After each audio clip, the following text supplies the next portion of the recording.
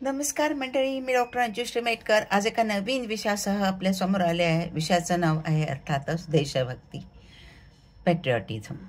मंडळी, आपल्या देशाबद्दल प्रत्येकाला अभिमान असतो आणि तो असायलाच पाहिजे. पण माझ्या देशाबद्दल मी जेव्हा अभिमान बाळगते किंवा मी म्हणते की भारत माझा देश आहे, सारे भारतीय माझे देशबांधव आहेत, माझ्या देशावर माझं प्रेम आहे, हे नुसतं म्हणून उपयोगी नाही, तर आपण आपल्या कृतीने, आपल्या आचरणातून, आपल्या वागणुकीतून, आपल्या प्रत्येक छोट्या मोठ्या गोष्टीतून आपल्या देशावरचं जे प्रेम आहे ते प्रतीत करण्याचं, ते काही बोलून दाखवण्याची गोष्ट नाही आहे. मी माझं देशावर प्रेम आहे, ती तुम्ही तुमच्या कृतीने सिद्ध करा की तुमचं खरंच तुमच्या देशावर प्रेम आहे. आपण बऱ्याच ठिकाणी बऱ्याच गोष्टी वाचतो आणि मग आपल्या लक्षात येतं की खरंच देशभक्ती काय असते, देशावरचं प्रेम म्हणजे काय आहे. तर त्याच्यातून आपल्यासुद्धा स्वतःच्या भावना जागृत होतात. नाही, मला पण माझ्या देशाबद्दल असं प्रेम करण्याची गरज आहे. मी माझ्या देशाप्रती माझ्या ज्या फिलिंग्स आहेत, माझ्या ज्या भावना आहेत, त्या माझ्या कृतीतून मी सिद्ध करून दाखवणार आहे आणि तसं मी ते वागलं पाहिजे. पण नेमकं आपल्या देशात नेमकं घडतं कसं माहिती आहे ना, जराच कुठे काही खुट्ट झालं, मनोरुद्ध झालं की लगेच सरकारी ऑफिसेस, कार्यालय, एस-टी, बसेस, रेल्वे, काय दिसेल ते जाळायला, फोडायला, तोडायला लोक सज्ज होतात. कुठे एस टीच्या काचेवर किंवा तुमच्या बसच्या काचा फोडून टाकतील दगडं मारून, कुठे रेल्वेवर दगडफेक करतील, कुठे एखाद्या कार्यालयावर दगडफेक करतील, आपल्या वाहनांची सार्वजनिक ठिकाणी उभ्या राहणाऱ्या वाहनावर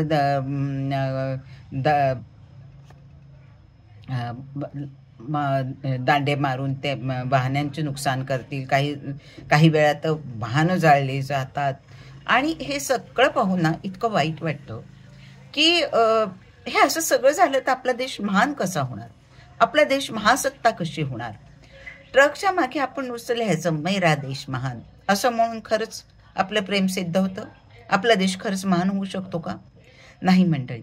तर आपण आपल्या आचरणातून, आपल्या वागणुकीतून आणि आपल्या सहज साध्या कृतीतून आपण हे प्रूव्ह करू शकतो की माझ्या देशावर प्रेम आहे आणि मी माझ्या देशाला जपणार आहे. माझ्या देशाची प्रतिमा साऱ्या जगात उंचावी, माझ्या देशाला लोकांनी चांगलं म्हणावं, यासाठी मी कायम कटिबद्ध असणार आहे, मी प्रयत्नशील असणार आहे, त्यासाठी मी कायम प्रयत्न करणार आहे. ही एक आपली भावना असावी. आणि त्याच्यासाठी आज मी तुम्हाला एक गोष्ट सांगणार आहे. ही गोष्ट मला अशीच एका व्हॉट्सअप ग्रुपवरून आली होती आणि मला ती इतकी भावली, इतकी आवडली की खरंच देशप्रेमाच्यासाठी माणसं काय काय करू शकतात, हे अशी उदाहरणं जर का आपण लक्षात घेतली ना, तर आपणही आपल्या देशात ती इम्प्लिमेंट करू शकतो आणि आपल्या देशाची प्रतिमा उंचवायला, ती आपल्या देशाप्रतीचा अभिमान आपल्या ताठ मानेने आपण साऱ्या जगासमोर उभे राहायला आपण कटिबद्ध होऊ शकतो. म्हणजे बाबा त्यांचा नातू आशिष जपानमध्ये असताना असाच एकदा एका ट्रेनमध्ये चढला.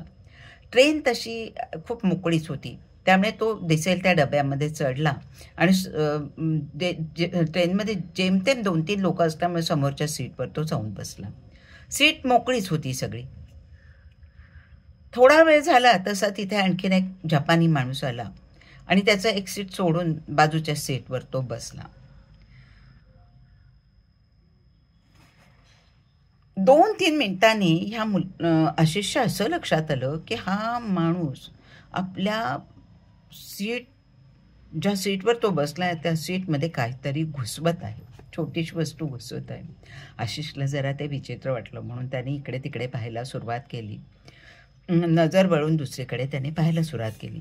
बराच वेळ त्या माणसाचं आपलं काम मन लावून चालू होतं. न राहून आशिषने निरखून पाहिलं तेव्हा त्याच्या लक्षात आलं की हा माणूस आपल्या खाली जी फाटलेली सीट होती त्याने सुईदोरा घरून आणला होता आणि त्याने तो शिवत होता. आशिषला थोडं आश्चर्य वाटलं. जेव्हा त्याची सीट पूर्ण शिवून झाली तेव्हा आशिषने न राहून त्या व्यक्तीला विचारलं की मी तुम्हाला, त्याने त्यांना जपानी भाषेत अर्थात विचारलं की मी तुम्हाला काही विचारू शकतो का? माफ करा मला, पण मला तुम्हाला काही प्रश्न विचारायचा. ती व्यक्ती हसत हसत म्हणाली, हो विचारा की. आशिष म्हणाला, तुम्ही ट्रेनचे कर्मचारी आहात का? नाही, तुम्ही सीट शिवताय तुमच्या खालची म्हणून मी विचारतो. त्यावर तो व्यक्ती म्हणाला, नाही हो, मी कोणी ट्रेनचा कर्मचारी नाही.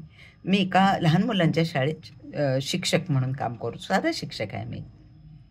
दररोज ह्या ट्रेनने जात असतो, येत असतो. जाता येता मी पाहतो की ट्रेनची सीट फाटलेली आहे. रोज मी घरी जाऊन विचार करायचो की उद्या सुईदोरा घेऊन जाऊ आणि ही सीट शिवून टाकू. पण का कुणास ठाऊक मी विसरून जायचो. पण काल मात्र मी अगदी लक्षात ठेवून सुईदोरा माझ्या खिशात ठेवला आणि आज मला आनंद होतोय की मी ती सीट शिवून काढली. फाटलेली सीट मी आज शिवून काढली. कशी जमली आहे मला? बरी जमली आहे का सीट शिवणं? त्या व्यक्तीने हसत हसत विचारलं. आशिष म्हणाला, हो, पण तुम्ही का शिवताय ती सीट? त्या व्यक्तीने उत्तर दिलं, ते फारच मस्त होतं.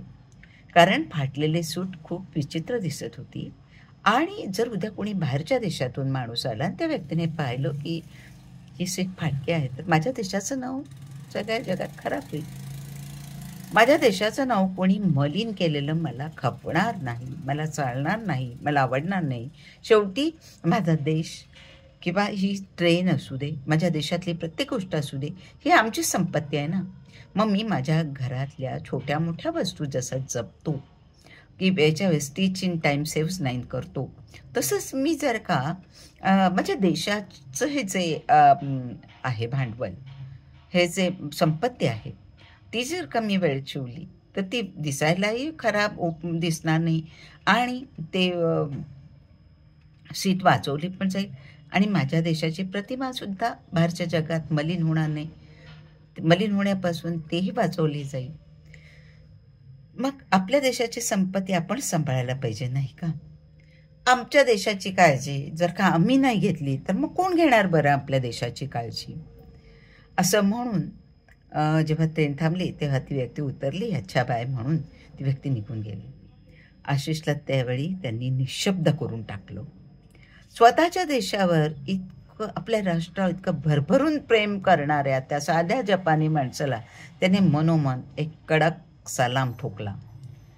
माणुसकीचे, राष्ट्रप्रेमाचे, संस्कृतीचे धडे जगाला देणाऱ्या जपानचं मूळ कशात आहे याचं उत्तर मात्र त्या दिवशी आशिषला मिळालं आणि ते म्हणजे या देशाचे संस्कार आणि संस्कृतीमध्ये त्याचं हे मूळ जडलेलं आहे. हे नक्कीच आहे.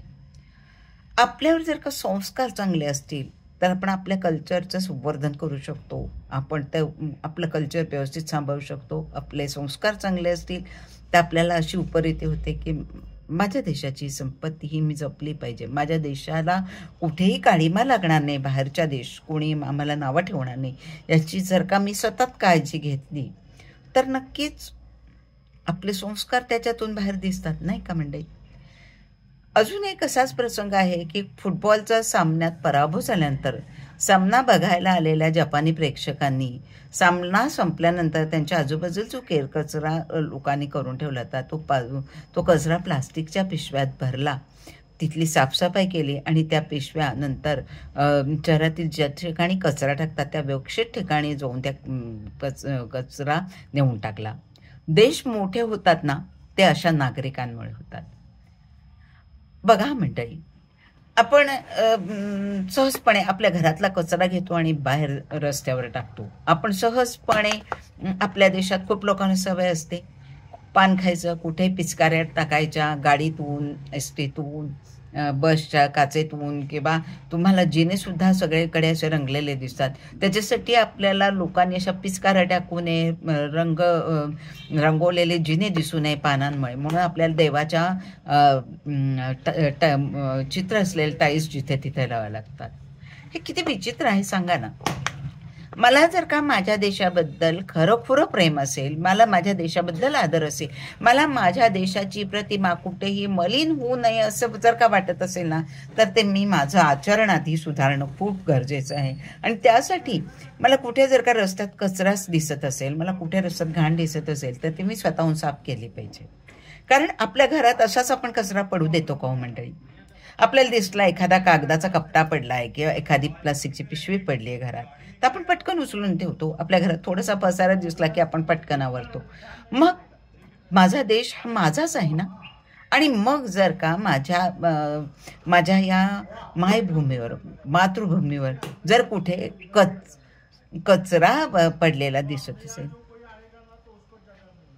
तर मग मी कसं काय